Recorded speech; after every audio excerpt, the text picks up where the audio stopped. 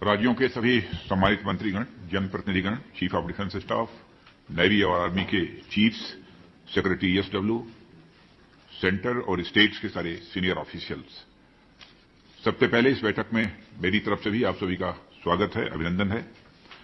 और जैसा कि अभी भी आपको बताया गया है कि हम सभी यंग सर्विसमैन के इंटरेस्ट से जुड़े मुद्दों पर बातचीत करने के लिए यहां पर उपस्थित हुए हैं।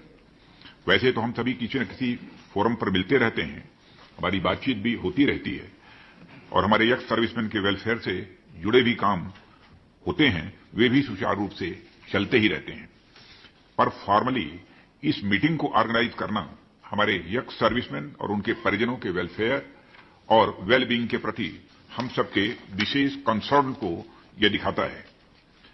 इस तरह के हमारे सम्मिलित प्रयासों से उन वीरों के अंदर अपने और अपने परिजनों के भविष्य के प्रति सुरक्षा की भावना भी पैदा होती है, जो वीर इस देश की सुरक्षा करते हैं।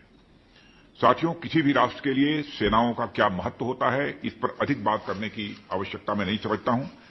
खासकर हमारे देश भारत के संदर्भ में कहूं तो हमारी सेनाएं केवल बॉर्डर सिक्योरिटी की दृष्टि से ही नहीं, बल्कि उससे अलग भी जब कभी कोई जरूरत होती है तो वे हमेशा पूरी तत्परता के साथ खड़ी मिलती हैं। कहीं बाढ़ आ जाए, तूफान आ जाए या कोई लैंडस्लाइड हो या इस तरह की कोई भी नेचुरल कैलेमिटीज हो, उस सूरत में भी हमारी सेनाएं अपनी बहुत ही महत्वपूर्ण भूमिका का निर्वाह करती हैं। हमारी आर्म फोर्सेस के जवान अपनी कमिटमेंट के कारण देश तो देश के बाहर भी जाने जाते हैं और आज हमारी सेनाएं फर्म कमिटमेंट और डिसिप्लिन का एक बड़ा पर्याय बन चुकी हैं। इसलिए हमारी सेनाओं की जितनी भी सराहना की जाए वह कम है। इसी प्रकार हमारे वेटरन्स भी फॉर्मली भले ही सर्विसेज से एग्जिट हो गए हों, पर उनकी देशभक्ति में, उनके जज्बे में और देश सेवा की उनके कमिटमेंट में कहीं भी किसी भी प्रकार की कोई कमी दिखाई नहीं देती है। जब भी देश को जरूरत होती है, बराबर वो अपना योगदान देते हैं। और आप लोगों को याद होगा कि जब हमारा देश कोविड के संकट से गुजर रहा था तो सेनाएं तो देश विदेश में सहायता के लिए जुटी ही थीं। राज्य सैनिक बोर्ड से हमारे वेटरन्स भी बड़ी संख्या में दवाइयों, वेंटिलेटर्स, ऑक्सीजन और अन्य प्रकार की राहत सामग्री के साथ देश के कोने कोने में अपनी बहुत ही महत्वपूर्ण भूमिका का वो निर्वाह कर रहे थे। यह कोई छोटी बात नहीं थी और मुझे बहुत अच्छा लगा था जब मुझे इसके बारे में जानकारी दी गई थी। और इसी तरह के कई ऐसे उदाहरण दिए जा सकते हैं जहां हमारे वेटरन्स राष्ट्र की सेवा में सदैव वो तत्पर दिखाई देते हैं। इन सभी को मैं हमेशा ही नेशनल एसेट के रूप में मानता हूं और देश को अपने एसेट्स पर गर्व है।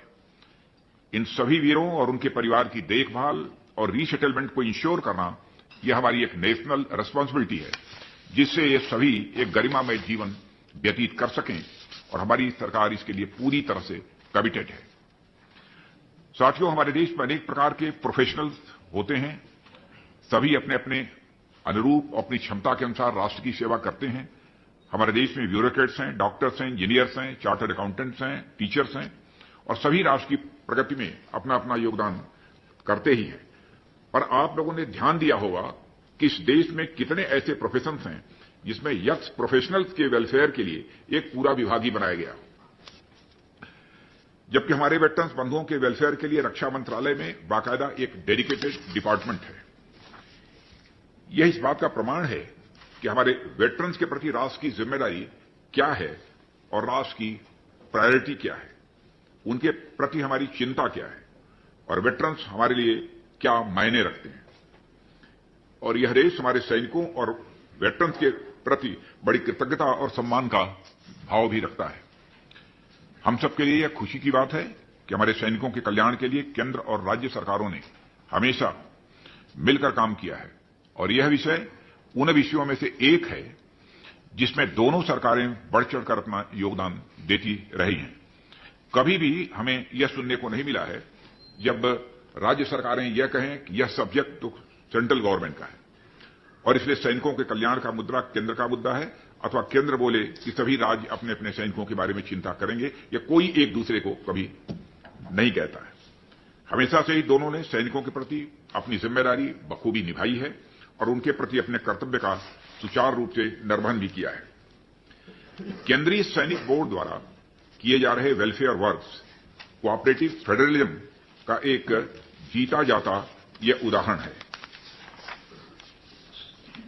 साथियों, मैं राजनीतिक पार्टियों के बारे में कहना चाहूंगा। सभी राजनीतिक पार्टियां अपनी विचारधारा से ऊपर उठकर हमारी सेनाओं के कल्याण, उनकी सुख सुविधाओं और उनके गरिमामय जीवन जीने के प्रयासों का बराबर समर्थन करती रही हैं।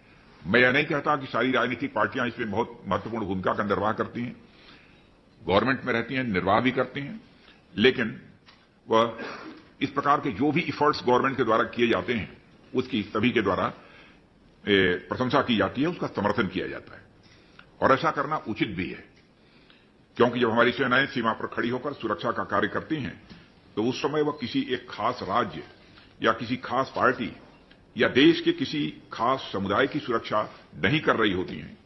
और ऐसे में जब हमारे सैनिक सर्विसेज से एग्जिट होकर सोसाइटी में वह वापस आते हैं तो उनका गरिमामय जीवन इंश्योर करना निश्चित रूप से हम सबकी एक ज्वाइंट रिस्पांसिबिलिटी बनती है।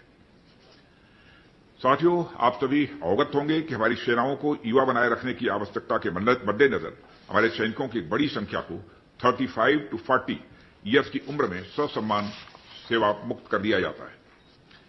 इसका अर्थ यह है कि लगभग 60,000 सैनिक हर साल मौजूदा 34 लाख एक्स सर्विसमैन की संख्या में जुड़ते रहते हैं।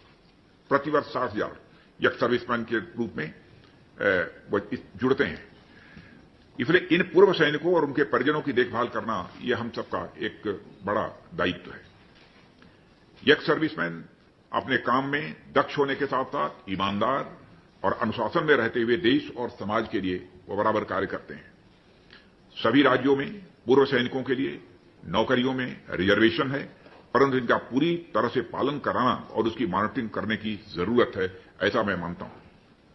और हम सभी को पता है कि सरकारी नौकरियों की भी एक अपनी सीमा है, इसलिए हमें इन सैनिकों के रीसेटलमेंट के लिए नई योजनाओं और नौकरियों के लिए दूसरी जगहों पर भी प्रयास करने पड़ते हैं।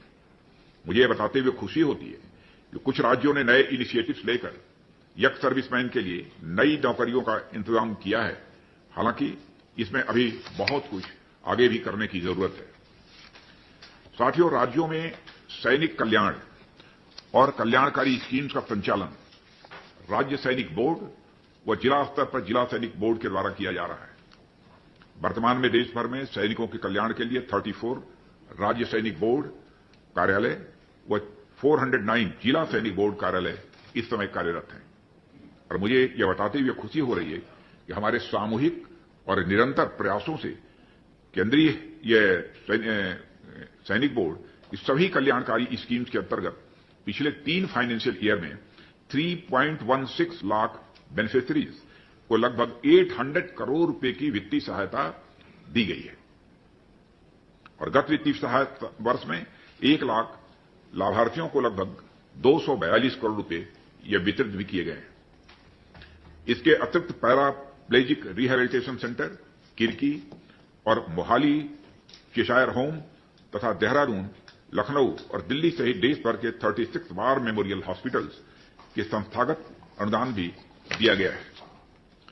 साथियों, पूर्व सैनिकों के लिए हमारी स्वास्थ्य योजना ECHS का तेजी से विस्तार हुआ है और आज पूरे भारत में 30 रीजनल सेंटर और 427 पॉलीक्लिनिक्स हैं और इनसे जुड़े लाभार्थियों की संख्या भी लगभग 55 लाख है। और यह सब इसलिए संभव हो पा रहा है क्योंकि सरकार हमारे सैनिकों के कल्याण के लिए पूरी कमिटमेंट के साथ ये जुटी हुई है। हमारे सैनिकों और वेटरन्स के वेलफेयर के लिए जितना बजट मांगा जाता है उतना बजट प्रदान होता है। यह उनके कल्याण के प्रति हमारी निष्ठा का एक बहुत बड़ा प्रमाण है। आज मैं बड़े हर्ष के साथ कह सकता हूं कि आज स्कीम्स को छोड़कर हमारी किसी भी स्कीम्स में पेंडेंसी नहीं बची है, किसी भी स्कीम्स में पेंडेंसी नहीं बची है। और हमारी पूरी कोशिश है कि स्पेशल आउटरीच अवेयरनेस प्रोग्राम के तहत एक्स सर्विसमैन फ्रेटर्निटी को हमारी स्कीम से जोड़ा जाए और सभी स्कीम्स में अप्लाई करने से लेकर डिस्ट्रीब्यूशन तक की कार्यवाही पूरी तरह से ऑटोमेटेड हो। कारपोरेट, खेल, सिनेमा से जुड़े लोग और आमजन हमारे प्रयास से जुड़े, इसके लिए भी अनेक स्पेशल प्रोग्राम्स किए जा रहे हैं। कहने का अर्थ, हम वे सभी प्रयास कर रहे हैं जो हमारे एक्स सर्विसमैन और वेटरन के वेलफेयर के लिए महत्व रखते हैं। और मैं आज के एजेंडा पॉइंट्स देख रहा था, इनमें लगभग सभी पॉइंट्स हमारे सैनिकों और वेटरन्स की दृष्टि से ही बहुत महत्वपूर्ण है और मैं समझता हूं कि इस अवसर पर इससे ज्यादा कुछ कहने की कोई आवश्यकता नहीं है। अब हम लोग यहीं पर एजेंडा के अनुसार अपनी चर्चा प्रारंभ करेंगे।